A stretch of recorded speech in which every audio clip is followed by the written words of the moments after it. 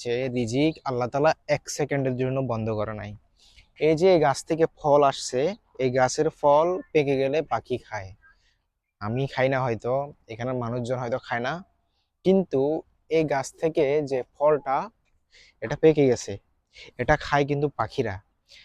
আল্লাহ তাআলা সৃষ্টির প্রত্যেকটা প্রাণীকে রিজিক দিয়ে পাঠিয়েছে।